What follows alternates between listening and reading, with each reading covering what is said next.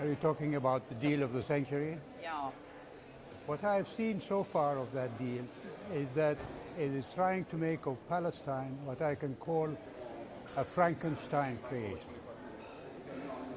Patches here and there, not much up here, and generally just a monstrous conception of a Palestinian state.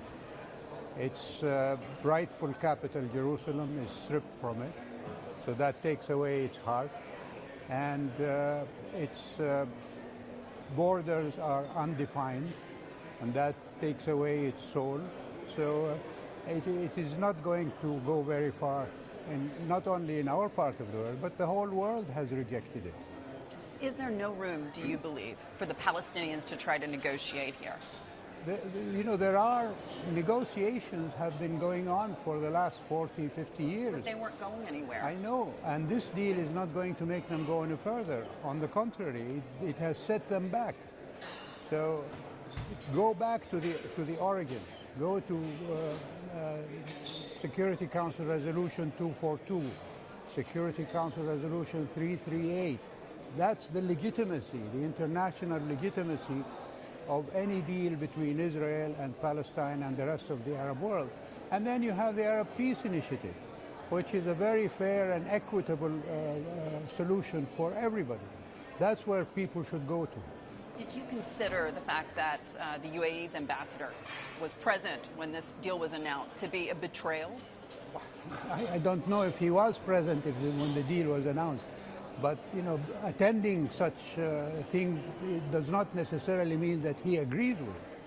And the UAE and other Arab countries have made statements on that at the Arab League Foreign Ministers meeting in Cairo. Rejecting it. Rejecting it. And the Organization of Islamic Cooperation equally rejecting it. So I have no doubts about where the UAE or other Arab countries stand. What happens next here, in your view, when it comes to the perception of the Trump administration in the region? Is this a setback? On Palestine, definitely it is a step back. As I told you, they have abandoned all of the legitimate history and weight of the United Nations Security Council resolutions and adopted a course that is very much one-sided. Does it make the region less safe? Well, the region is already less safe, and anything that wants to make it more safe is definitely not the deal of the century. When you think about what happens next with regards to U.S. policy in this region, the relationship between Saudi Arabia and Russia, whether it comes to oil or even what's happening today in Syria, has shown that you don't necessarily have to agree with allies or partners every single time. How would you grade the president's achievements, at least in his first term, in the Middle East? As far as Iran is concerned, he's definitely, in my view, taken the right course, because the nuclear deal allowed Iran, instead of becoming a constructive partner in the Middle East, to be a destructive player in the Middle East. So reconvening that negotiation and that deal is what he is offering. The Iranians have not accepted renegotiating the deal, and I think they should. As far as the kingdom is concerned, we want a secure and safe Middle East. Iran is not making it that way. So from that angle of his policy in the Middle East, my personal view is that he's doing the right thing.